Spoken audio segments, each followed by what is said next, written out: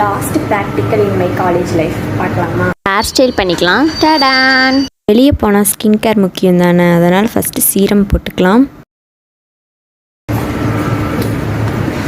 இவ்வளோ பஞ்சம் எங்கள் வீட்டில் தேர்ந்துருச்சு. மாய்ஸ்சரைசர்லாம் அப்ளை பண்ணிக்கிட்டு நெக்ஸ்ட்டு சன்ஸ்க்ரீன் போடலான்னு போனால் எங்கள் அம்மா என்ன சொல்கிறாங்கன்னு பாருங்களேன்.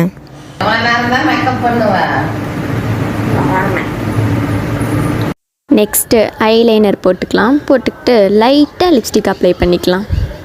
ப்ராக்டிக்கலுக்கு முக்கியமான ஐட்டம்னா அது ஐடி கார்டு தான், அதை போட்டுக்கலாம்.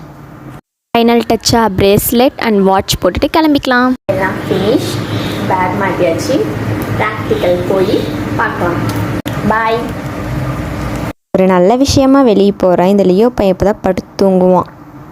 ஃப்ரெண்டும் வரேன்னு சொன்னான். சரின்னு பஸ் ஸ்டாண்டில் போய் ரொம்ப நேரமாக வெயிட் பண்ணிகிட்டு இருந்தேன். அப்புறம்தான் அந்த நாய் வந்தது. ஒரு வழியாக அவளையும் இழுத்துக்கிட்டு காலேஜுக்கு கிளம்பியாச்சு. கேட்டை பார்த்தாலே பயமாக இருக்கே. வந்து எக்ஸ்டர்னல் வரலும் கொஞ்சம் படிச்சுட்ருக்குறோம். இங்கே பாருங்கள். உள்ளே போயிட்டு வந்து என்ன ரிசல்ட்னு சொல்கிறேன். ப்ராக்டிக்கல் ஒரு வழியாக முடிச்சிட்டோம். உள்ளே போன எக்ஸ்டர்னல் இருந்தாங்க. பிபிடிலாம் ப்ரெசென்ட் பண்ணி காமிச்சிட்டு பயமாக தான் இருந்துச்சு. ஆனால் ஒரு வழியாக முடிச்சிட்டோம்.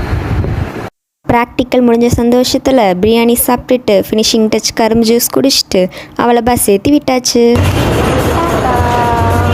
அப்புறம் நானும் பாய் சொல்லிவிட்டு வீட்டுக்கு கிளம்பிட்டேன்.